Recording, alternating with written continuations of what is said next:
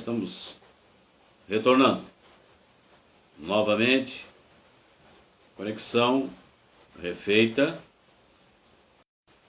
Tempo instável em Santa Catarina, todo o sul do estado, todo estado, né? E nós estamos aí aguardando o contato mais uma vez do Dr. Anderson.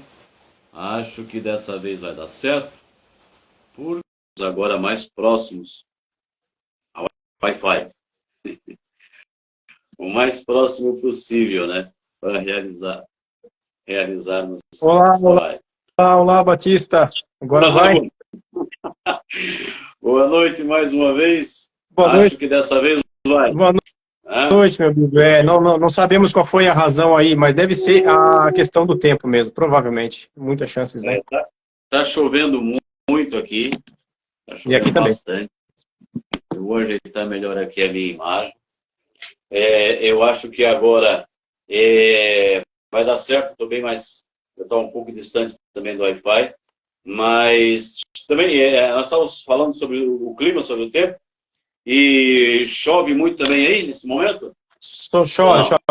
Não chega a ser uma chuva forte no momento, mas ela é contínua, desde cedo, se não me engano até ontem também, e não para de chover não, né? E o tempo fica ruim mesmo, é frio bastante também, está ficando, né? Aqui em Curitiba. E você fala de qual cidade mesmo, Batista? Eu falo aqui de Araranguá, pertinho de Uruçanga, que tu conhece. Ah, certo. Tá certo, então. Né? Mais próximo. Sim. É um lugar frio também, né? E também não chega a ser uma... a gente fica mais pro litoral do que para a serra, né? Mas certo. O nosso friozinho aqui é um friozinho bem gelado. Perfeito. Pois é, estou um pouquinho atrasado, mas a gente vai passar um pouquinho do tempo hoje, mas é para compensar o que não deu certo aí. Então nós vamos falar hoje, dentro do quadro Lei e Direito, né? Falar sobre direito de trânsito e naquilo que se refere sobre recorrer, né, doutor? Recorrer às multas, né? Na verdade, quando é que vale a pena, quando é que não compensa fazer isso? Muito bem, vamos lá então. Na verdade, vai depender de caso a caso, né? Depende muito de cada condição de cada condutor, de cada proprietário de veículo.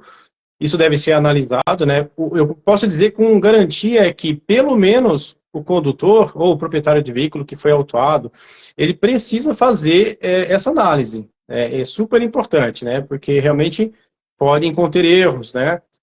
Eu vejo bastante casos em que a pessoa recebe uma autuação, uma infração, dá uma olhada, aparentemente é o lugar que ela passou e tal, e vai lá e faz o pagamento da multa, como o pessoal costuma dizer, para não se incomodar. E muitas vezes esse tipo de autuação pode conter erros, né? E outra coisa que a pessoa não se dá conta é que lá na frente, essa soma de pontuação, principalmente se for uma pessoa que às vezes tem uma certa frequência, que pode não estar atenta a uma sinalização específica, a um radar, né, um equipamento de fiscalização, às vezes passa durante uma semana no mesmo local, não percebeu, acabou somando uma série de pontos ali, né? Pode gerar aí um processo de suspensão do direito de dirigir, né? E assim sucessivamente outros tipos de gravidades, como lá na frente até uma cassação, né, da sua CNH. Então é super importante que pelo menos a análise exista. Se eu falar para você, sempre vale a pena recorrer, né? Como essa é uma pergunta que recebo frequentemente, e tenho certeza que as pessoas que estão aí no canal, elas têm essa dúvida, se vale ou não vale a pena. Às vezes não com uma multinha, mas às vezes com uma multa um pouquinho mais expressiva, ou com uma multa que já vem, uma infração que já vem com a penalidade, além da multa, da suspensão do direito de dirigir, onde a pessoa começa a ficar mais confusa, né? Puxa, mas aí, como é que funciona isso? Vale ou não vale a pena? Então, vale a pena fazer o critério de uma crítica, né? Olhar o documento, olhar a notificação de autuação que ela recebeu, também ter uma ideia da sua pontuação que ela possui no momento, né? Se ela quiser apenas analisar a questão do custo-benefício, ela precisa ter pelo menos uma ideia de que lá na frente ela precisa estar ciente da pontuação, ela precisa fazer uma gestão da sua pontuação. Assim, o que eu tenho percebido é o seguinte, é importante que a pessoa tenha cuidado da sua CNH, tenha cuidado do seu histórico de condutor, que ela tenha atenção sobre isso, que ela não deixe isso... você pode perceber que quando as pessoas vão tirar a sua carteira, a sua habilitação, é um momento muito importante, muito especial. Eu não sei, no caso, né, você ou as pessoas que estão nos assistindo, mas talvez se você perguntar para você assim, lembre de alguma coisa importante, alguns fatos importantes que aconteceram na sua vida até agora. Algumas conquistas que você teve. Provavelmente essa pessoa ela vai ter na sua mente que foi a conquista da sua habilitação. E eu te digo que para mim também foi, né? Tive outras conquistas na minha vida, mas a habilitação é super importante. Quando eu tirei minha habilitação pela primeira vez, foi um momento de conquista, de satisfação pessoal. Puxa, que maravilha, né? Que coisa boa. Aí depois, a gente tem que cuidar para a gente não esquecer isso, né? E acabar tratando como algo que a gente pode deixar em segundo ou terceiro plano. Então, é o convite que eu deixo também para as pessoas, antes de se perguntar se vale ou não vale a pena recorrer, ela cuidar do seu histórico, ela procurar, né, dirigir com atenção, ela saber o que está acontecendo, de repente recebendo notificações no seu endereço, ou se ela está com o endereço desatualizado lá no órgão de trânsito, cuidar, porque pode receber aí daqui a pouco uma notícia de uma suspensão, ou até mesmo uma surpresa de uma cassação, porque não teve esse cuidado antes, né? E olha, a surpresa acontece na maioria dos casos, tá, Batista? Maioria dos casos. A pessoa acha que está tudo bem, e ela tem outras preocupações na vida e acaba deixando, né, esse cuidado, às vezes, num segundo plano, e quando vem já aconteceu um problema maior. E aí é pego de surpresa. É pego de surpresa. Em alguns casos pode ser um processo de suspensão do direito de dirigir, e em outros pode até mesmo ser a própria cassação da sua CNH, da sua habilitação, né? E as pessoas que estão na permissão para dirigir, aquelas pessoas que estão naquele primeiro ano de experiência, essas são as pessoas que elas precisam ter mais ainda essa criticidade de olhar o seu histórico nesse ano, porque ela está sendo experimentada, ela está sendo testada nesse período de um ano, então ela precisa cuidar o que está acontecendo, né? Principalmente, de repente, ela até é proprietária de um veículo, acabou emprestando o veículo para alguém, né, para um familiar, rapidinho, só para ir ali no supermercado e voltar, e de repente nessa foi o equipamento de fiscalização, não teve uma abordagem, de repente, pelo agente de trânsito, e o veículo recebeu essa autuação. E o que acontece? Mas eu posso indicar o condutor? Pode indicar o condutor. O problema é que às vezes a pessoa muda de endereço e a notificação vai para o endereço que ela tinha registrado quando ela foi lá fazer a sua habilitação, a sua PPD ou permissão para dirigir, né? Então, ela acaba sendo surpreendida só no momento em que ela não consegue ter a sua definitiva. Então, são vários cuidados, são vários. Eu posso citar vários aqui, mas a princípio é isso. Se vale ou não vale a pena recorrer, como regra, vale a pena a criticidade em analisar a documentação, analisar o auto de infração. Você passou por aquele local, procurou saber se o equipamento de fiscalização ele é novo, ele não estava com uma plaquinha lá dizendo assim que estava em teste ainda. Às vezes acontece isso, né? O equipamento está em teste, não pode autuar, né? Mas vai a notificação, às vezes, lá para o condutor, né? Vai para o proprietário do veículo. Então, não tem aquele cuidado antes de sair pagando a multa, né? Uma pergunta que foge um pouco do tema de hoje, mas me veio na cabeça agora, é aquela questão da inadimplência, doutor. Como é que está? Há quantas andas essa nova lei aí? Você se menciona sobre a questão da CNH, por questão de dívidas, assim, é isso, né? Por você ter apreensão por dívidas, né? Uhum. Isso pode acontecer mesmo, né? Essa previsão, ela já existia antes, né? Antes dessa novidade, digamos assim, estourar mais, né? Ela já tinha uma previsão como questões de cautela, de urgência no CPC, no Código de Processo Civil, né? E ela pode acontecer, só que assim, não é uma coisa que vai acontecer de uma hora para outra em qualquer situação. Geralmente a pessoa ela já está com um processo, digamos assim, com uma dívida, né? Em andamento, ela já está sendo processada pelo seu credor, ela já está tendo situações em que o credor está tentando conseguir receber e não consegue, de repente ali houve já uma condenação do juiz, né, para que a pessoa fizesse o pagamento, enfim. já é uma coisa mais avançada, que se nós estamos falando aqui de um processo um pouquinho diferente do que nós estamos falando de trânsito aqui, né? Ele não envolve a questão infração de trânsito. Ele envolve a questão totalmente alheia, que pode acontecer até com passaporte, por exemplo, né? A medida é para ser uma forma coercitiva, uma forma de fazer com que a pessoa ela se esforce para pagar aquela dívida, né, que ela está sendo condenada para pagar, né? Então, ele não tem esse viés para o lado do trânsito, exatamente, mas lógico que vai ter os efeitos, porque se ela tiver essa CNH impedida de ser utilizada, né, de poder dirigir, vai complicar também o lado dela, principalmente se for um motorista de aplicativo, se for uma pessoa que precisa da sua CNH para manter o seu trabalho, né, o seu emprego, né, então isso realmente vai dificultar. Mas é só importante fazer essa distinção. Nós não estamos falando aqui que a pessoa vai ter uma surpresa do nada por questões de infrações de trânsito e vai ter lá a suspensão da sua CNH por essa razão. A origem é totalmente diferente, ela vem em razão de outras dívidas que a pessoa teve, seja com órgãos públicos ou seja com outros credores, né? Esse processo já se desenvolveu, geralmente a pessoa já tem um advogado lá naquele processo, né? Ela já está ciente de que está correndo alguns riscos e aí vem essa questão da apreensão que pode acontecer com o passaporte, como falei, né? Pode acontecer também com a habilitação com a CNH. Muito bem, então voltando ao tema de hoje, as chances, doutor, as chances, quais são as chances de se ganhar um recurso? Essa é uma outra pergunta bastante feita, né? Bom, sobre as chances, não dá para dizer exatamente uma porcentagem, uma certeza, né, das coisas, né, relacionadas ao direito de trânsito, porque nós vamos ter toda uma etapa administrativa aí, né, em que o órgão de trânsito está procurando punir aquele condutor, né, pela infração que ele cometeu, né, e, por outro lado, tem lá o condutor que vai se defender, e depende muito, começa tudo da forma como ele se defende, né.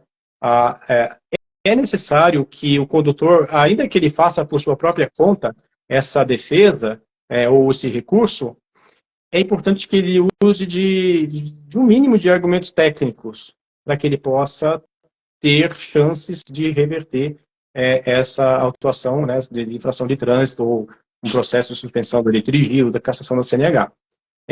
Não dá para falar em chances, mas, por exemplo, eu estava lendo uma matéria da revista Carros, em São Paulo, no ano de 2022, no ano passado, o Detran de São Paulo fez deu um número lá de que 20% dos recursos e defesas apresentados, seja em processos de multa ou de suspensão do direito de dirigir ou de cassação, a CNH, 20% foram deferidos, né? Foi possível reverter.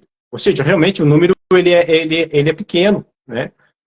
Existe uma série de coisas que envolve a possibilidade de reverter ou não. Vai desde desse olhar crítico quando você recebe a notificação de autuação, a pessoa precisa ter um mínimo um básico de conhecimentos para ver ali se tem alguma irregularidade nessa notificação e, claro, se constatada alguma irregularidade, a chance de reverter aumenta, mas mesmo assim, muitas vezes a gente consegue até apresentar alguma irregularidade, mostrar isso com argumentação, mas o órgão público ele pode manter esse entendimento, e aí você então tem um novo recurso, né, tem um recurso à junta administrativa, tem um recurso ao CETRAN, e assim vai, né? Você tem mais chances, mais oportunidades de se defender. Mas falar em chances assim não é nada muito assertivo, né? Não existe nada 100% certo, né? E isso que é uma coisa que às vezes as pessoas ficam um pouco apreensivas, né? Elas, até mesmo quando é um processo um pouco mais delicado, como de suspensão do direito de dirigir, que envolve, às vezes, a contratação de um profissional para que atue no caso, ela quer ter certeza de que ela vai sair dali que vai pagar o serviço e vai conseguir impedir a suspensão da sua CNH. E por mais que o profissional ele trabalhe com todo o seu esmero, com toda a sua diligência, nem sempre é possível, né?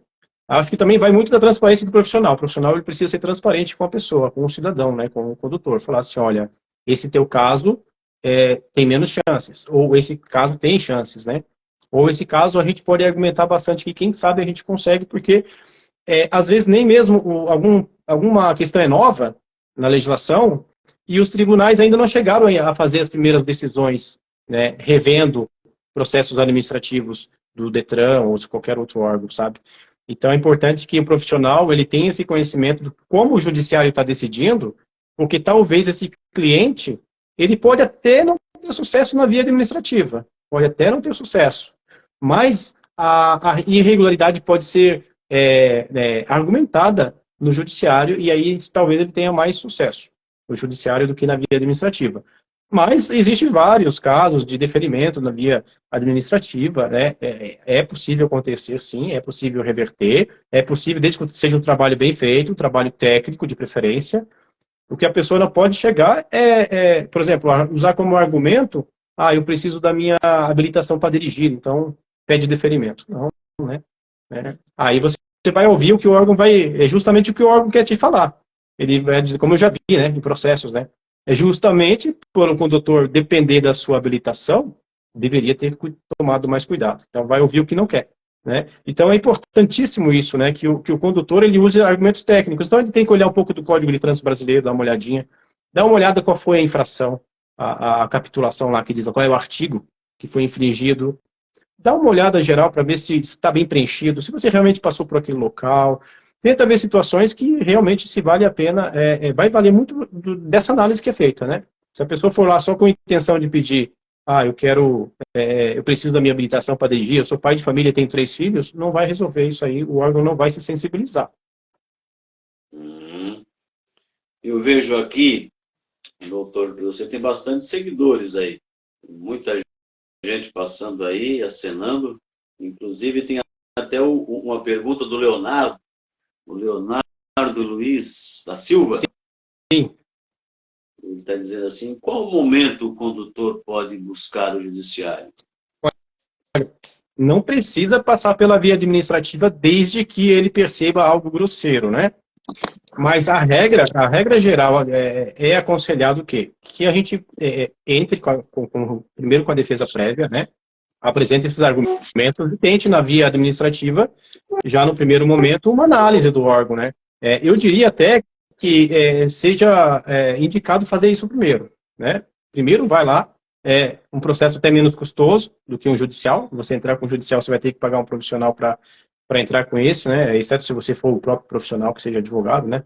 Queira fazer. Mas do contrário, né? Primeiro você mostra essa irregularidade para o órgão administrativo, pede para ele o arquivamento, porque é uma irregularidade, digamos, gritante, né? Aí, com essa primeira manifestação sendo negada, indeferida, aí você já tem aí as condições de você acionar o judiciário caso você assim decida. O que acontece na maioria dos casos é que as pessoas, os condutores, eles preferem continuar tentando um pouco mais na via administrativa para ganhar tempo, às vezes, né? E até porque, às vezes, por questões de custos, né, de despesas, né, para não ter que entrar com uma ação judicial e tudo mais, né, a pessoa acaba preferindo fazer isso. Mas, assim, eu faria como recomendação e sugestão, primeiro você mostra para o órgão e dá para que ele se manifeste sobre a irregularidade, né? Aí, com a resposta do órgão, pode ser já na primeira resposta, com a defesa prévia, você, então, tem ali um elemento, né, alguma coisa para mostrar para o juiz e dizer assim, olha, essa foi a resposta do órgão, né? E esse é o direito, né? Então, você mostra para o juiz onde é que está o seu direito, onde é que estão as suas provas e pede, então, aí para reverter o caso na justiça. Muito bem. Já são 21h10, mas a gente vai passar um pouco do horário hoje, porque para compensar o nosso atraso, né, doutor? Hoje muitas pessoas aqui, o Diego, o Fernando, o Antônio, a Thalita, a parente aqui, ó, a esposa, a filha, talvez? Thalita, a Thalita é a esposa.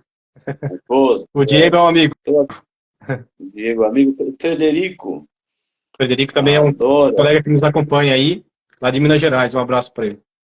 Acho que é a Alice, né? Alice. Alicia é colega também. Isso. O Rogério, a Priscila, eles entraram na primeira parte que não deu certo e voltaram de novo. Ainda bem que voltaram. Fico feliz que eles voltaram, né? Insistiram um pouquinho aí. São guerreiros. Não deixaram nós sozinhos, não. Então tá, o Luciano também está aqui com o Luciano Gonzaga, né? Começou um colega aqui nosso também, do condomínio. Legal, maravilha, que bom. Se a metade se inscrever no meu canal, já tá bom, doutor. Fique à vontade aí, o pessoal que estiver aí acompanhando, porque assim, eu realmente foi um convite que eu recebi do Batista, eu não tinha conhecimento do canal aqui em Curitiba, e eu fiquei feliz, porque eu andei conhecendo o teu canal e vi que tem uns temas variados interessantes aí. E pode ter certeza que eu vou estar acompanhando você aí, se não todas as vezes, pelo menos de vez em quando eu vou estar presente no teu canal aí, eu gostei bastante. Como, como convidado especial e como visitante, né? Sim, sempre que eu for convidado, né, tendo aí a disponibilidade, vai ser um maior prazer. Em relação a tempo, doutor, quanto tempo demora para uma decisão final de um recurso? Varia também de caso para caso, né? Varia, muito embora, assim, algumas coisas melhoraram. No passado, existia muita ineficiência do órgão de trânsito, muito nesse sentido, né? Tem pessoas que levavam anos, olha, dois é pouco, né? 4, 5 anos, às vezes até mais, para ter uma resposta final sobre o seu assunto, né? Eu posso te dizer, por exemplo, que eu tenho um cliente que ele tem um caso de 2015, que Opa. ainda não foi resolvido. Por questão estratégica, optou ainda não ir direto para o judiciário, né? Tentar a via administrativa e tudo mais, né? Mas assim, desde 2015, e antes que os colegas perguntem se não foi prescrito ou se não caducou, essa é uma estratégia que está sendo analisada, né? Mas, a princípio, tem várias interpretações também. Então, a gente está trabalhando passo a passo, analisando qual é o melhor momento de resolver a situação do cliente, né? E conforme também a disponibilidade e o interesse do cliente para resolver. Mas eu posso dizer que pode demorar bastante tempo. Recentemente, agora de 2020, e começou a vigência em 2021, teve alterações do Código de Trânsito Brasileiro. E foi colocado, já no projeto de lei, que foi identificada a necessidade de mais eficiência, de mais celeridade nessas análises, né? Então, foi colocado, né, através da alteração da legislação, foi colocado alguns prazos que a gente chama de preclusão, que são, assim, um determinado tempo para que um ato determinado seja feito pelo órgão de trânsito. Foi colocado prazos para recursos, né, o máximo que pode ser utilizado pelo órgão de trânsito. Então, por exemplo, um recurso administrativo ao CETRAN, que é a última instância administrativa, pode durar 24 meses, um prazo máximo, né?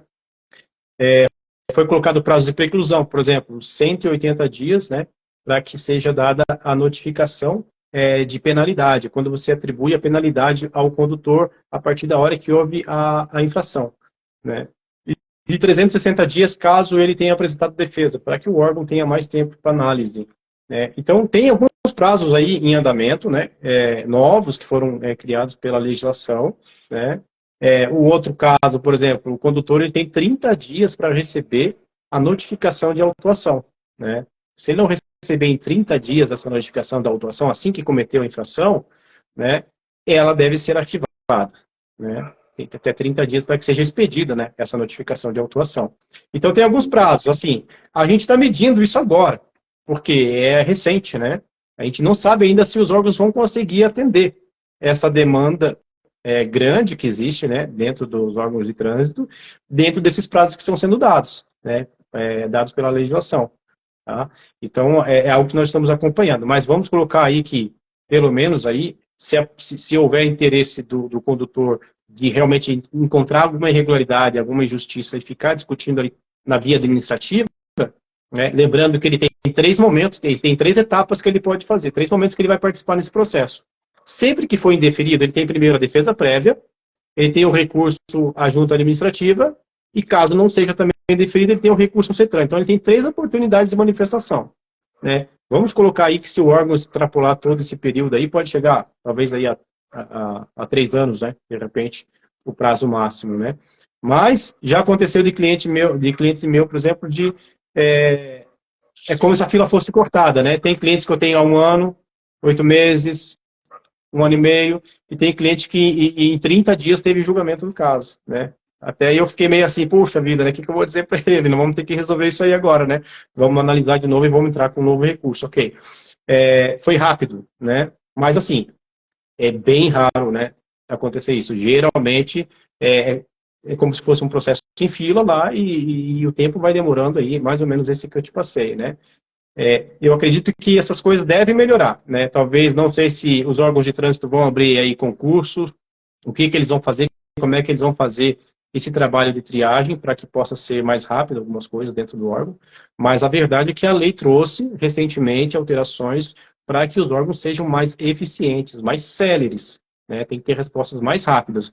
Só para você ter uma ideia, Batista, até para as pessoas que estão nos assistindo, estão nos acompanhando, tem pessoas, às vezes, que não são infratores frequentes em trânsito, né? E, eventualmente, num único momento, a pessoa passou ali com um pouco, talvez, de velocidade, não se atentou a alguma questão, recebeu uma infração autossuspensiva, que a gente chama, que é aquela infração que basta uma vez você cometer, ela já vai gerar um processo de suspensão da CNH.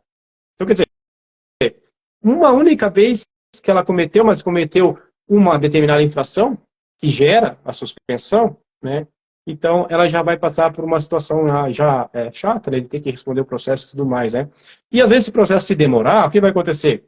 A vida vai passando, essa pessoa, talvez, na época, nem precisava tanto da carteira para trabalhar, né?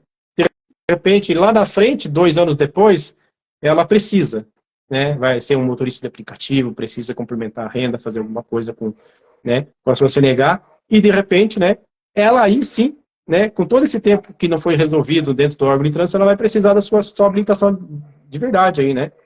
Já deu tempo dela entender que ela fez algo errado, já deu tempo dela dirigir melhor, já deu tempo dela, sei lá, se recuperar aí na questão de como se comportar no trânsito, né? Foi um caso atípico, às vezes, infelizmente ela vai sofrer lá na frente, né? E isso acontece. Tem clientes, por exemplo, que depende totalmente da sua CNH para o trabalho, que teve infrações no passado, que talvez naquele momento não era tão essencial, e que hoje ele precisa. Hoje precisa. E outra, vou dizer mais um pouquinho ainda, clientes que são reconhecidos, às vezes, da empresa que trabalham, pelo trabalho que fazem.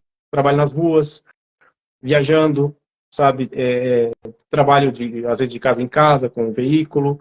Ou seja, essa pessoa já recebeu até premiações por uma boa conduta, um bom trabalho, e, infelizmente, agora chegou o momento dela de que ela precisa muito de que não perca a sua habilitação. Então, só para você ter uma ideia da importância que o tempo tem dentro disso. O tempo, ele tem que ser mais sério, esse julgamento. A pessoa, e isso tende a ser assim, eu acredito que nos próximos meses ou anos aí, as coisas, se tiverem fluindo da forma como a lei previu, né, prevê, provavelmente essas pessoas, nós vamos ter uma sensação um pouco maior de que vai acontecer as coisas rapidamente. Então, um condutor, o certo que o Código de Trânsito quer trazer para o condutor é o seguinte: quando você cometer uma infração, você logo entenda o que aconteceu, né? Se defenda, se for o caso, né? Mas que você, digamos assim, pague por aquela infração que você cometeu, para que seja reeducado. Essa é a palavra, né? O objetivo da multa ou de penalidades é para reeducar o condutor, e não para que ele seja somente punido. Não deve ser isso. Embora algumas vezes as pessoas falam, né, de que eles querem arrecadar, o órgão quer arrecadar e tudo mais, né, às vezes um pouco de indignação com isso, né, mas a verdade é que a ideia da legislação é para que esse condutor ele seja reeducado, né, para que ele não cometa novas infrações. Perfeito. Mais uma girada aqui no pessoal. Tá aqui, eu estou com a Patrícia Santos. Boa noite, Patrícia. A Camila também está aqui. Boa noite. Camila, João abraço. Camila. Boa noite, Leonardo. A Priscila Cunha. Boa noite. Minha irmã. A irmã. Uma pergunta. O que agrava um crime de trânsito? Aí já é um crime. Está falando de crime mesmo, no caso, né? Vamos. No caso de um crime de trânsito, pode acontecer, né? Dessa pessoa, ela vai passar por um procedimento, né, em que ela vai ter que responder, então, um processo criminal. Geralmente, no início, pode ser feita uma proposta para que essa pessoa ela reconheça, né, que ela cometeu aquela infração, e se ela aceitar isso, vai ser dado algumas condições para ela, né? O Ministério Público pode dar algumas condições para que ela cumpra, e caso ela cumpra, o processo não seguirá adiante, né? para que a pena seja realmente aplicada e executada, né? Então, tem uma etapa aí do crime de trânsito que pode acontecer isso. Agora, estou falando de um crime de trânsito que não é aquele crime de trânsito que foi a pessoa quis cometer por exemplo, quis matar alguém, quis cometer um homicídio, né? Nós não estamos falando disso, né? Estamos falando de situações em que crime de trânsito em que através da conduta, né, dentro do automóvel, a pessoa cometeu uma conduta infracional ali, considerada crime dentro do código, mas não essa exatamente que a gente está falando, como se fosse uma coisa extremamente, um atentado, né, proposital ou doloso contra a pessoa. Doutor Anderson, e no caso de já que estou falando aqui a sua área não é criminal, mas é só uma pergunta, no caso de um atropelamento, quando o condutor atropela e não socorre, né? Isso é considerado um crime?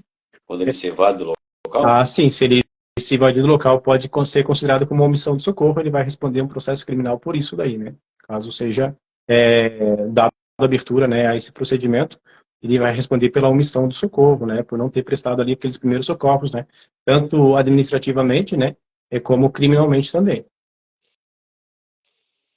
Tem um padrinho aqui, ó, excelentes esclarecimentos do meu afilhado, parabéns. O padrinho Antônio Carlos, de Uruçanga. Um abraço para ele. A do Uruçanga é o Isso. Gaúcho do Uruçanga? É gaúcho, gremista aí. A irmã aquela é a Priscila, né? A Priscila e a Aline também. A família Cunha aí tá. A família Cunha tá em peso aí. Foi a primeira que entrou aqui, depois nós retornamos, foi a primeira que entrou, foi a Aline aqui. É isso. Boa noite, Aline. Obrigado. Pois é, doutor, aqui, quando é que vale a pena entrar diretamente na justiça? Eu acho que essa foi uma pergunta que a gente falou um pouquinho atrás aí, que convém que a gente convém que a gente demonstre aí que tem uma resposta, né? Primeiro você mostra lá para o órgão administrativamente, num primeiro momento, demonstre para o órgão que houve uma irregularidade grosseira ali, uma falha grande, né? E caso ele responda com alguma questão negativa, aí então, já tem aí uma base para entrar diretamente no judiciário, né? Porque, olha só, por que eu falei sobre a estratégia que muitas vezes as pessoas, os condutores, eles preferem entrar no administrativo? Porque quando você apresenta a tua defesa, aquela primeira defesa, seja no processinho de multa pequeno, ou seja no processo de suspensão de direito de dirigir, que é um processo mais complicado, né? Mais complexo e mais grave, quando ele apresenta essa primeira defesa, ele tem já garantido a suspensão dos efeitos dessa aplicação de penalidade, né? Então, ele pode renovar sua CNH, ele pode, se acontecer durante o tempo em que o recurso ainda está para ser analisado, ele pode fazer qualquer coisa, como não tem nenhum precedente, digamos assim, né? Ele não foi penalizado, então ele pode continuar dirigindo normalmente, né? Até porque está em discussão se houve ou não houve aquela infração, se foi certo ou se não foi, né? Então, se ele tiver num procedimento de permissão para dirigir, ele vai renovar, vai pegar a sua CNH definitiva, vida segue, né? Então, essa suspensão acontece para que, dos efeitos da penalidade, para que ele possa continuar. E isso em razão da defesa ou recurso apresentado. Enquanto esse recurso não chegar ali a um momento em que ou chega em última instância e ele não tem mais chances, né, foi indeferido, ou ainda que ali no meio do caminho, né, ele estava, de repente, desistiu de recorrer, aí vai ter um prazo rápido ali em que ele vai ter que vai cumprir com aquela penalidade, né? Seja o pagamento da multa, seja o cumprimento do custo de reciclagem, a suspensão da carteira, da CNH, um período em que ele não vai poder dirigir, né? Então, esse efeito suspensivo que a gente fala, né? É assim que a gente fala. Esse efeito suspensivo, ele existe a partir da hora que você apresenta a sua defesa, o seu recurso, e garante que você possa continuar. Então, entrar direto na justiça, sim, totalmente direto na justiça, pode acontecer, de repente, né, de juiz entender que não houve a análise do mérito administrativo, do que o órgão nem se manifestou sobre o assunto e você pode, então, de repente, não conseguir ter sucesso no judicial. É importante primeiro você tentar ver qual é a visão do órgão, né? Você não precisa explorar todos os recursos, né? Mas utilizar de todos os prazos que você tem de defesa. Se você tiver interesse de entrar desde logo, então pode fazer isso, né? A partir da hora que você já tiver uma primeira manifestação do órgão indeferindo, né, o processo, né? E é super importante que o advogado, então, ele demonstre para o cliente se ele realmente tem chances ou não de ter sucesso aí no judicial, né? Porque, às vezes, se o cliente chegar já logo com essa ideia de que quer ir para a justiça, geralmente não é o cliente que traz essa visão. O cliente, você oferece para ele que tenha toda a possibilidade na via administrativa e, se for necessário, ao final, então, entrar com o judicial, né? Ou então, aí, logo que tiver a primeira manifestação do órgão, né? Não é uma necessidade de chegar já correndo e ir para a justiça. Pode acontecer por não ter apresentado a defesa, o juiz, então, entender que não houve uma negativa do órgão de trânsito e algo assim, né? Mas se for uma coisa gritante, uma prescrição, alguma coisa assim, né? Que pode ser feita, que a gente chama de ofício, ou seja, quando o juiz tem que olhar, tem a obrigação de olhar, porque é uma coisa que já prescreveu, já passou muitos anos, alguma coisa assim, né? E em tese esse direito está assegurado para ele mesmo na justiça, ainda que ele fosse diretamente. Muito bem. Aqui o seu Juvenal e a dona Bia, os pais, né? São meus pais. Um abraço aí pro pai, né? Juvenal, pra mãe, a Bia. Parabéns, filho. Tá bom, então um abraço, boa noite, seu Juvenal e a dona Bia, né? Eles estão lá em Itajaí. Itajaí? Eles são eu sou de Itajaí, né? Eu sou natural de Itajaí. Apesar de morar aqui em Curitiba, né? Já morei em Curitiba ano passado, voltei a morar faz 1 ano e meio. Ah, muito bem. Nós estamos apresentando a nossa live Lei e Direito, costumeiramente nas noites de segunda-feira, mas esse mês a gente transferiu para hoje, já que ontem foi Dia dos Namorados, dia 12, muita gente queria aproveitar a data, inclusive o doutor Anderson, né? Então a gente adiou para hoje. Bom, apareceu uma conhecida minha aqui, a dona Ivone Bosa, aqui da cidade. Dona Ivone, boa noite, seja bem-vinda. Então, a gente vai passar um pouco do tempo, a gente deu uns probleminhas aí devido a um mau tempo aqui na região, mas estamos conversando com o doutor Anderson Cunha, advogado de trânsito, né? Doutor, se eu pagar um profissional para me defender e não ganhar a causa, mesmo assim preciso pagar a multa ou cumprir a penalidade? Sim. Também é uma pergunta que acontece, né, com alguma frequência. A pessoa, na verdade, ela faz uma análise de custo-benefício, né? Sim. Ela fica preocupada, porque assim, ela vai recorrer, né? Às vezes ela pensa assim, pô, eu vou pagar quanto para o profissional para ele fazer essa defesa, né? Quanto que seria, então, em vez de pagar o profissional para eu fazer a habilitação novamente, caso eu tenha perdido a habilitação, caso eu estava na provisória ali, né, na CNH provisória, começar de novo, né? Tem pessoas que preferem, se tiver alguma irregularidade mesmo, utilizar o serviço do profissional para ajuizar até mesmo uma ação, se for necessário, né? Porque para ela, ter que repetir aqueles testes ali pode ser uma questão emocional que complica, né? Tem que passar por tudo aquilo de novo, né? Algum tipo de teste novamente. Então, ela prefere correr atrás de um profissional para fazer. Mas a verdade é que ela vai analisar um custo-benefício, né? E essa pergunta acontece, mas doutor, se eu tiver que... Eu entro com o processo, então, conforme o doutor está passando, né? Esse é o valor para entrar com a ação, né? E se no final a gente acabar não ganhando, né, o processo, né, a ação, eu preciso, eu tenho que pagar a multa, né? Isso acontece muito de perguntar, principalmente com multas mais altas, né?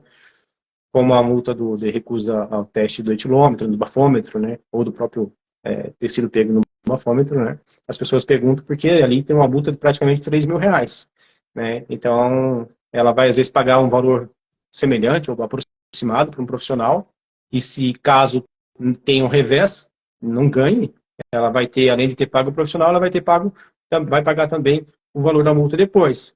Mas daí vai da questão da transparência do profissional, realmente, de olhar o caso da pessoa, analisar, passar o pente fino ali, olhar criticamente, né, todas as questões jurídicas envolvidas, e ser transparente com o com a pessoa também dizendo o seguinte: por mais que o profissional tente fazer tudo o que ele pode, nós temos uma questão, às vezes, aqui que é de insegurança jurídica no país, e a gente já ouviu falar bastante sobre isso. Um juiz de uma determinada vara pode decidir de um jeito, o outro juiz pode decidir do outro a mesma questão. A gente não tem como, o advogado não pode dar, o profissional não pode dar certeza 100% de nenhuma causa. Por mais que ela esteja ali sendo bem fundamentada, bem utilizada argumentos técnicos, certeza a gente não tem como dar, porque vai depender de um juiz lá na frente, vai depender da análise dele, vai depender do entendimento dele. Temos no Brasil muitas questões de interpretação da legislação, né? É por isso que se fala tanto da insegurança jurídica, por isso que muitas ações até chegam lá, às vezes, lá no STF, né? A gente vem falar, a ação está no STF, está no STJ, está aguardando lá um posicionamento, né? Como é uma das que muitos trabalhadores estão esperando aí, por exemplo, da revisão do FGTS, né? Estavam esperando aí uma posição para saber se ganha, se não ganha. Por quê? Porque chegou num estágio em que vai depender de um órgão lá de cima, né? Lá do STF. E nem sempre a decisão, por exemplo, do STF, ela vai ser só jurídica, né? A gente corre o risco de ter alguma decisão misturada com alguma questão política também, que a gente não tem como, às vezes, avaliar, né? Então, não há como dar certeza. Acho que o que vai mesmo é da confiança do cliente na contratação do profissional, da transparência do profissional em demonstrar para ele que ele tem chances, mas o profissional que realmente se dedica, que faz o melhor e quer ser transparente com o seu cliente, ele vai dizer que sempre vai existir algum risco de não ganhar. Isso pode acontecer, né? Da mesma forma, vai mostrar que tem muitas chances de ganhar, quando tiver isso bem visível, um erro gritante lá na frente. Às vezes não ganha inicialmente, no primeiro momento. Isso é importante que o cliente saiba. Às vezes você não vai ganhar na primeira instância, a gente fala, né? Às vezes você vai ganhar na segunda, talvez até na terceira, né? Pode acontecer isso, né? Então, confiar no profissional, confiar na estratégia, confiar no que está sendo passado. Tem pessoas que às vezes podem desanimar, poxa, mas não adianta, né? A gente vai ficar lutando aí contra o órgão público, vai ficar lutando contra o judiciário, vai ficar lutando contra o Detran, vai ficar lutando... Mas, assim, a verdade é que quando nós provocamos o órgão através de um recurso, a gente faz com que esse órgão de trânsito ele possa ser melhor. Porque você vai provocar ele numa situação em que você está vendo uma irregularidade. Então, ele vai ter que se posicionar. Agora, quando a pessoa resolve, eu vou pagar para não me incomodar, vou pagar a multa para não me incomodar, se essa multa ela estava irregular, ela vai continuar sendo daqui a pouco com outro cidadão, com outro condutor, né, com outra pessoa. Né? Se um equipamento de fiscalização ele estiver irregular, seja por falta de aferimento da aferição do Inmetro, ou qualquer coisa lá que está há muito tempo lá fora, né? Já peguei casos aqui de problemas com equipamentos, assim, por falta de manutenção, por exemplo. O equipamento fotografou, nem era o condutor que estava... O condutor que foi fotografado, o veículo do condutor, não era o que estava... O que tinha cometido a infração foi outro, que estava fazendo a conversão no local proibido, né? E, na verdade, por questão de sensor e tudo mais, foi fotografado, apareceu a foto da outra pessoa que estava dirigindo corretamente. Então, quer dizer, tem que olhar tudo, né? Tem que olhar tudo. E se você não fizer essa provocação, às vezes, o órgão não vai ser mais eficiente. Ele vai continuar fazendo, nem sabendo, às vezes, né, dessa questão da manutenção do equipamento, né? Isso acontece, às vezes, em muitas cidades. O pessoal, as prefeituras enchem de equipamentos, coloca muitos equipamentos de radares. Eu posso dizer, por exemplo, que em Curitiba é assim. Curitiba é uma cidade que quem vem para Curitiba, né, tem que ter bastante atenção com os equipamentos de fiscalização, com os radares, né? Na maioria dos casos que a gente vê, assim, são radares até mais recentes, né? Estão sendo acompanhados, né? Estão sendo feita manutenção, mas o risco que a prefeitura, que o município traz para ele mesmo, é porque ele vai ter que cuidar desses equipamentos, né? Porque esses equipamentos estão sujeitos a intempéries, né? Estão sujeitos aí a mau tempo, outros problemas, né? E se a pessoa não checar isso, vários ali vão receber autuações e não vão fazer, nada vai ser feito de diferente. Então, às vezes, a provocação vem através da defesa, do recurso, né? Fora outros canais que a pessoa pode fazer também, né? Como reclamação. Perfeito. Mais um giro aqui, doutor. Deixa eu ver. O Rogério está dizendo aqui, muito bom. o Márcio Silva, o Antônio Carlos diz assim, pode haver armadilhas no trânsito e, neste caso, a chance de recorrer é maior? Eu não sei se a armadilha é no sentido de como fosse uma blitz, com alguma intenção, né, de arrecadação. Às vezes as pessoas reclamam sobre isso. Eu tô mencionando porque talvez seja essa a questão, né, que tenha sido colocada, né. E até o amigo Rogério, que você citou o nome dele aí, né, o Rogério, ele também é advogado de trânsito lá em, se não me engano, Campo dos Goytacazes, no Rio de Janeiro. Se eu não estou enganado. Ele está nos acompanhando aí, né? Então, existe várias situações que pode acontecer isso, né? A gente não tem como afirmar, né?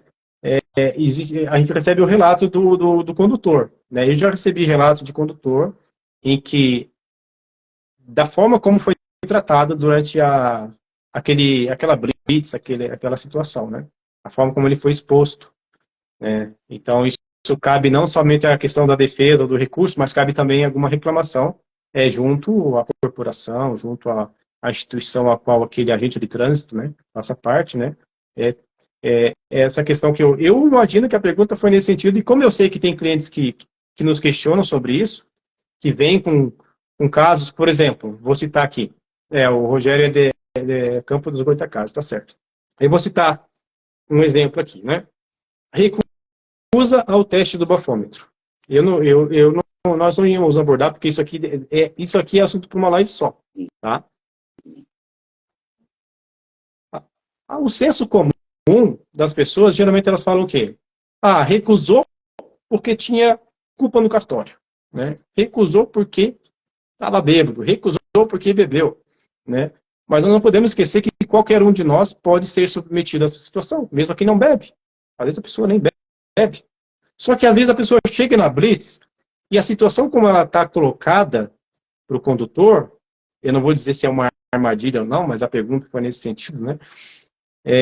Pode se colocar de uma forma que não é exatamente como a lei prevê.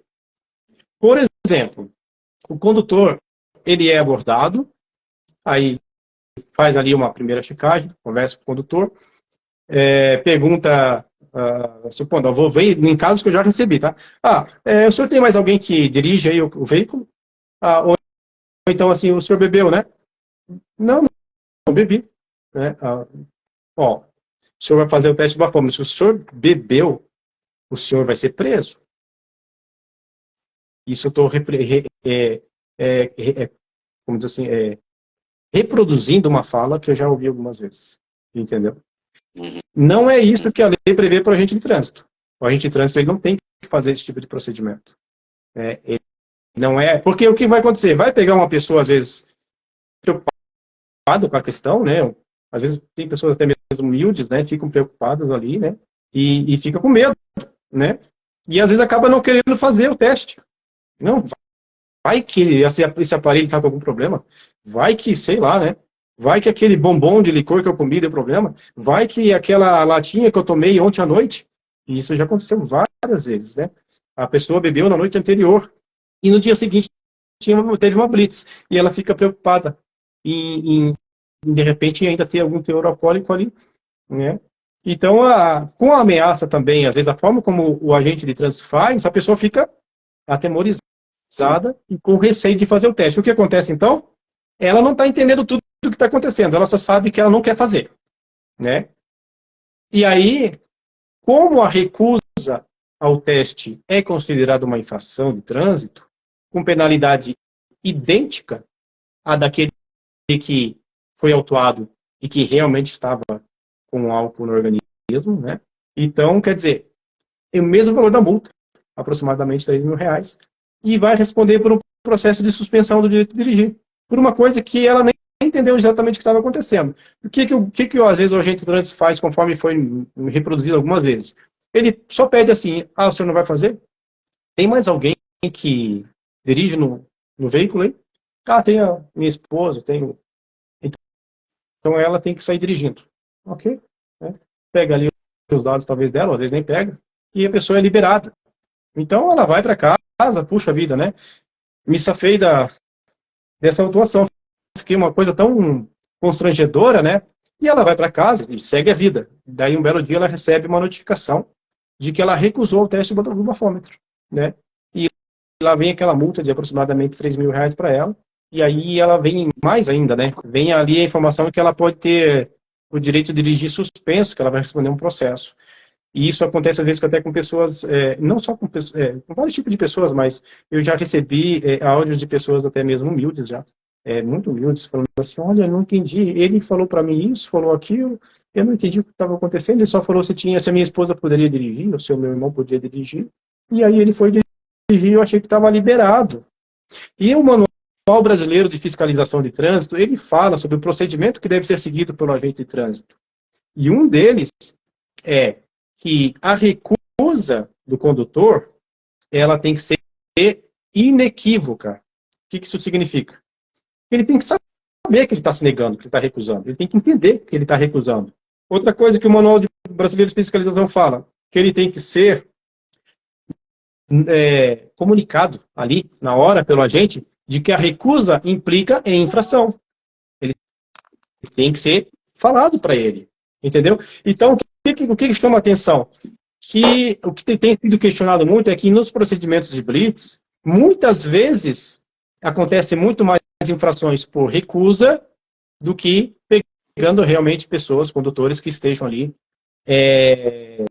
alcoolizados ou alguma coisa assim. E aí gera um ponto de interrogação aos montes aí na cabeça dos condutores, né? Porque aí vem toda aquela conversa, mas será que estão só arrecadando? Será que era realmente para pegar alguém com algum problema de segurança no trânsito e evitar que acontecesse um acidente, ou o intuito era arrecadatório, né? Então, essa dúvida fica na cabeça das pessoas, o que gera muita indignação, muitas vezes, né? Então, a pergunta que foi feita, né, eu imagino que essa questão da armadilha que foi utilizada ali, a palavra, talvez seja nesse sentido. Claro que eu sou um defensor das instituições, né? Não sou aquele da teoria da conspiração, que todo mundo faz alguma coisa contra você, alguém quer ter o mal, ou quer arrecadar, mas existem situações pontuais, principalmente em determinadas regiões, às vezes, em que se repete muito esse fato. E a verdade é que é o seguinte, que esse condutor, ele não deve ser penalizado por uma situação que ele nem entendeu o que estava acontecendo ali, né? Que ele foi praticamente manipulado para poder depois gerar um procedimento de arrecadação. Mas até nisso a gente tem que ter bastante cuidado com o que a gente fala, porque a gente pode ser mal interpretado, né, Batista? Então, eu só quero dizer que eu já sei de muitos relatos de pessoas que são colocadas em situações como de ameaça, né? Você vai fazer ou não vai?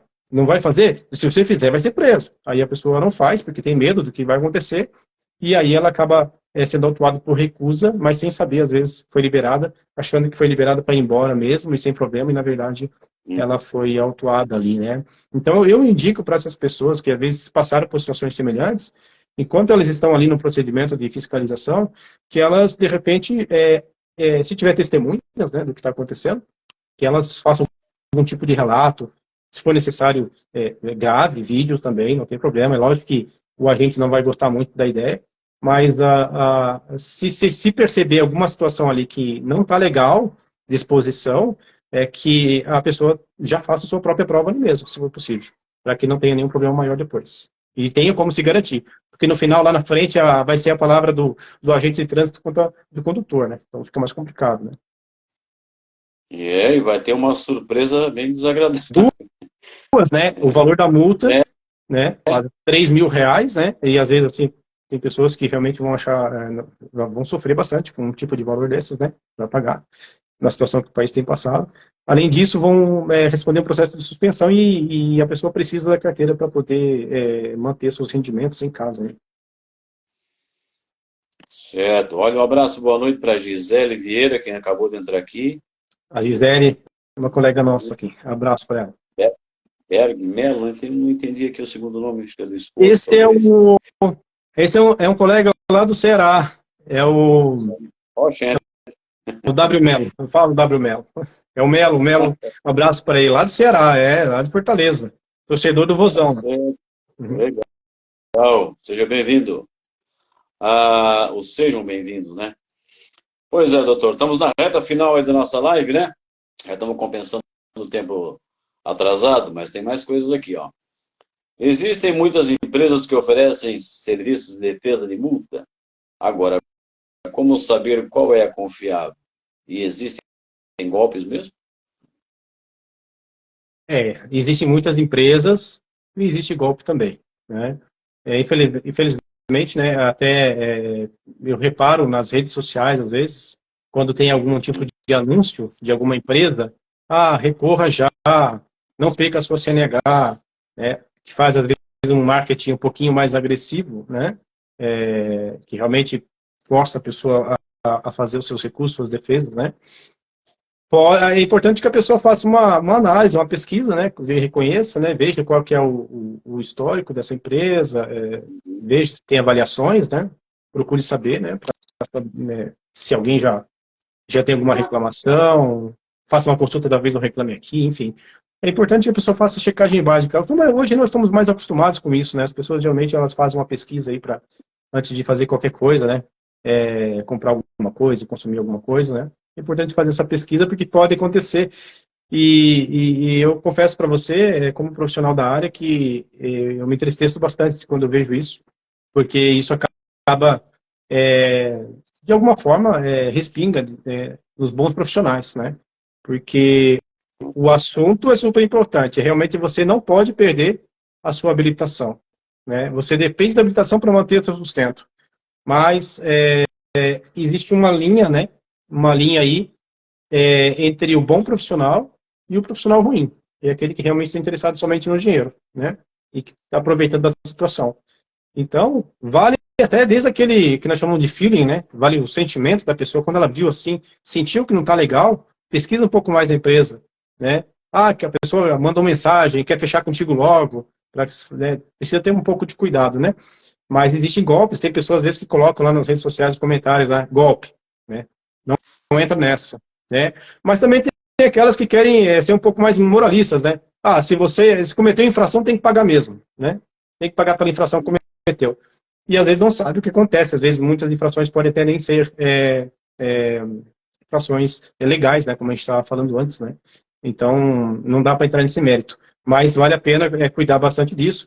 Mas existem bons profissionais também, né? Também é só procurar saber, tanto empresas de multas, né? Tem bons profissionais, tem despachantes que fazem esse serviço também, mas eu acho que é questão de avaliar, pedir, saber indicação, como que essa pessoa age, né? Se a pessoa é esforçada, é dedicada, né, em atender o cliente, ou se ele recebe o dinheiro e nunca mais fala com o cliente, enfim, principalmente a parte de atendimento é super importante, né?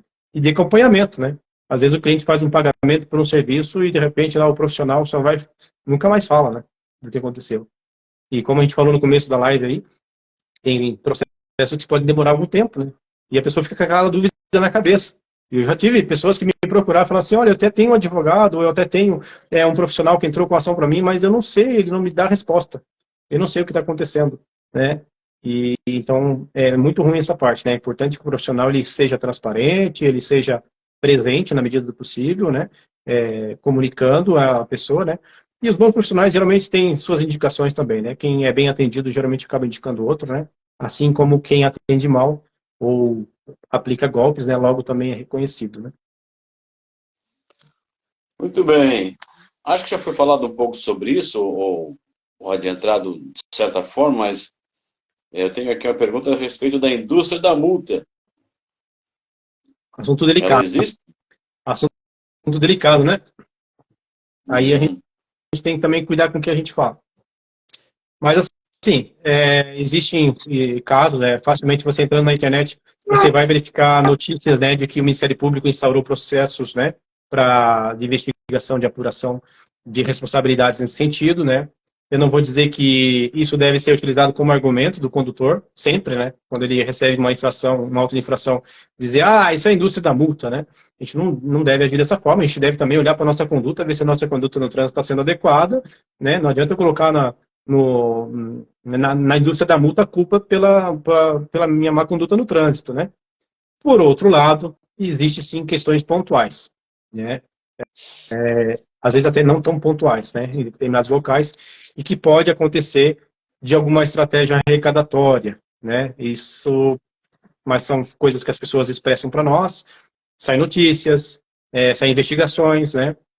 Por exemplo, se você facilmente você procurando no Google, ou no YouTube, você vai encontrar notícias sobre a máfia do pátio, do Detran, por exemplo, em que há um conluio, uma combinação entre agentes de trânsito com empresas, as empresas que têm um pátio, né, credenciado do Detran, e os guinchos também, né, os caminhões guinchos que vão lá para levar os veículos lá para dentro. Aí depois encontra uma série de dificuldades para liberar o veículo para a pessoa, diz que tinha irregularidades, fica muito tempo, paga despesas de pátio. Enfim, é uma coisa que está sendo apurada o tempo todo, né? Mas talvez aconteça mais do que se possa fiscalizar, né? Do que se alcance a fiscalização. Então, qualquer excesso que a pessoa perceba, algo diferente que tenha nesse sentido, ela precisa usar os canais de comunicação, além de procurar seus meios de defesa, de recurso, né, no caso, né, para que possa realmente resolver essa questão, porque pode acontecer, teve denúncia já em vários lugares, tem reclamações, por exemplo, teve já em algumas cidades investigações porque a prefeitura estava instalando uma série de radares, por exemplo, de equipamentos de fiscalização, e que as empresas que estavam participando de licitação, elas queriam uma meta, né? Tudo bem, eu vou instalar os radares, mas eu quero saber quanto que você tem, mais ou menos, qual é a população e as chances de ter um número X de autuações, para ver se vale a pena participar da licitação. Então, como eu falei, a gente precisa ter cuidado com alguns tipos de coisas. Eu só estou falando, reproduzindo coisas que já estão na internet e que são de fontes seguras, são indícios, são investigações mesmo, né? Nesse sentido. Mas eu sou mais do equilíbrio. Eu prefiro que o condutor ele compreenda que não dá para a gente sair jogando tudo na indústria da multa, porque muitas vezes ele realmente, às vezes, cometeu uma infração mesmo e precisa, né, ter uma conduta um pouco melhor e tal. Né? É como o time, eu gosto de associar muito com questões de futebol, né? Quem gosta de futebol vai entender, né? Mas às vezes a gente bota a culpa, o time não jogou bem, né? O time não foi bem no jogo, mas a gente consegue colocar a culpa no juiz ou no VAR, porque invalidou um gol que claramente foi irregular, mas a gente não aceita, né? A gente não aceita porque para nós aceitarmos que o time jogou mal, aceitar que perdeu para aquele time determinado, é muito, muito ruim, né? Muito pesado para a gente, né? Vai ter o sarro dos amigos no dia seguinte, vai ter uma série de coisas, né? Então a gente não quer aceitar. Então a gente bota a culpa no VAR ou bota a culpa no juiz, né? E a mesma coisa na questão da indústria da multa. Se ela existe, deve ser apurada, né? Se teve uma situação que o condutor passou que não foi legal, deve usar os canais de denúncia, né? Além de, se foi autuado, deve apresentar sua defesa de recurso. Quem sabe com o canal de denúncia seja apurado alguma coisa, e depois ele junta no recurso dele uma comprovação de que houve uma irregularidade lá. Isso vai ajudar ele também na sua defesa, seja administrativa ou judicial lá na frente. Então é muito, muito importante que as pessoas saibam usar os canais de comunicação e utilizem, né? Faça reclamação se você sentir que foi alguma coisa errada. Se não der certo, foi investigado e não deu nada, ok, você fez sua parte, né? Mas você trouxe o órgão para numa necessidade de avaliar, de averiguar, né? E se de repente teve alguma irregularidade mesmo, não só você vai ser beneficiado no teu recurso, ou na atuação na justiça, mas também vai ser beneficiado toda a sociedade, toda a comunidade. Muito bem. Doutor Anderson Cunha, são 21 horas e 55 minutos. O nosso tempo aí perdido no começo, em virtude das quedas da internet, a gente já compensou. Da minha parte, seria só, eu não sei se o senhor teria mais alguma colocação a respeito desse tema de hoje, mas ainda temos tempo disponível. A bateria também no celular também está acabando, mas dá para falar mais um pouquinho. Olha, Batista, eu acho que, em respeito também às pessoas que já entraram, saíram, tiveram que entrar de novo, né? Da minha parte, eu estou satisfeito. Eu acredito que se elas tiverem alguma pergunta, alguma dúvida que quiserem lançar aí, né, eu fico à disposição. Mas o assunto do direito de trânsito, muito embora talvez não pareça para as pessoas, né, ele envolve uma série de coisas. Tem uma série de assuntos que a gente poderia tratar aqui. Não é só multa, né? Não é só recurso. Tem uma série de coisas aí que poderiam ser envolvidas. Então, a live ficaria pequena mesmo, ficaria curta para isso. Quem sabe em outras oportunidades, né? sempre na segunda-feira do mês, eu abro esse espaço da live falando sobre direito de trânsito. Como já temos uma convidada para julho, provavelmente a gente volta a se falar em agosto. Né? Tá bom, tá bem. Tá? Agradeço pelo Mas a convite gente vai novamente. Uhum. dar preferência e a sua companhia, porque você nos atendeu tão bem, né? E foi um prazer tê-lo na live dessa noite. Muito Eu obrigado pela sua disponibilidade. também me agradeço pela gentileza, pela cordialidade no contato, nossa primeira conversa. Obrigado mesmo aí. O doutor Rogério também está parabenizando, ó. Muito esclarecedor. Abraços. Abraço, A gente Rogério. vai depois, só deixar bem claro para o pessoal que a gente vai deixar por um tempo a live aí no Instagram, ela fica, né? Mas nós vamos colocar no nosso canal, Batistalk, lá no YouTube. Então, aqui no Instagram não vai ficar por muito tempo. Mas a gente vai baixar e colocar lá no canal e fica por toda a vida. Para quem não assistiu, pode assistir depois. Tá bem. Foi ótimo, pessoal. Obrigado pelas informações. Ali não estou entendendo. Nath. A Nath é minha cunhada, a Nath Alcântara, lá de Cotia, São Paulo.